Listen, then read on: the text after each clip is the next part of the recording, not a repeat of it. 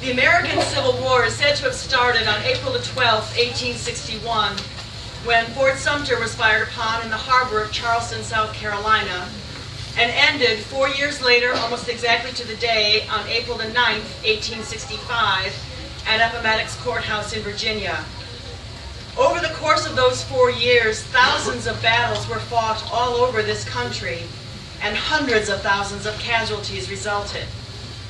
But perhaps one of the best-known battles took place on July 1st, 2nd, and 3rd, 1863, in and around a quiet little town in Pennsylvania by the name of Gettysburg.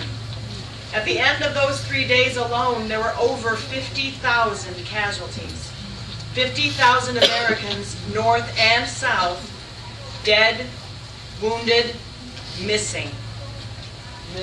In the aftermath of the Battle of Gettysburg, it was decided that a portion of the battlefield itself should be purchased and dedicated as a national cemetery to rebury the dead there. The normal custom at the time was to return the bodies of the fallen to their home states for burial, but the overwhelming number of casualties made this extremely difficult. The land was purchased for approximately $150 an acre, and once the cemetery had been designed, the bodies reburied, and the land properly landscaped, it was then decided that the ground should be properly consecrated with suitable ceremonies of the occasion. The date for the dedication was selected as November the 19th, 1863, to accommodate the schedule of the man that they had asked to be the main speaker that day, not the President of the United States. A man named Edward Everett from Boston, Massachusetts, was invited to be the dedication speaker to give the oration. He was regarded as probably the best orator of our time, the premier orator of the time.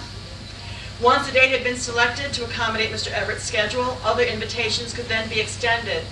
The committee wrote to President Lincoln on November 2nd, asking him to be present and to set apart the grounds to their sacred use in his capacity as the chief executive of the nation by delivering a few appropriate remarks.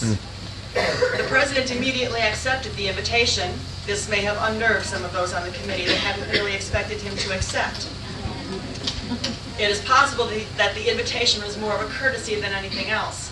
Once taken at their word, however, they may have hoped that he understood their emphasis on the word appropriate, for it was feared by some that Mr. Lincoln, with his reputation as a jokester, would not sufficiently appreciate the gravity and solemnity of this kind of occasion.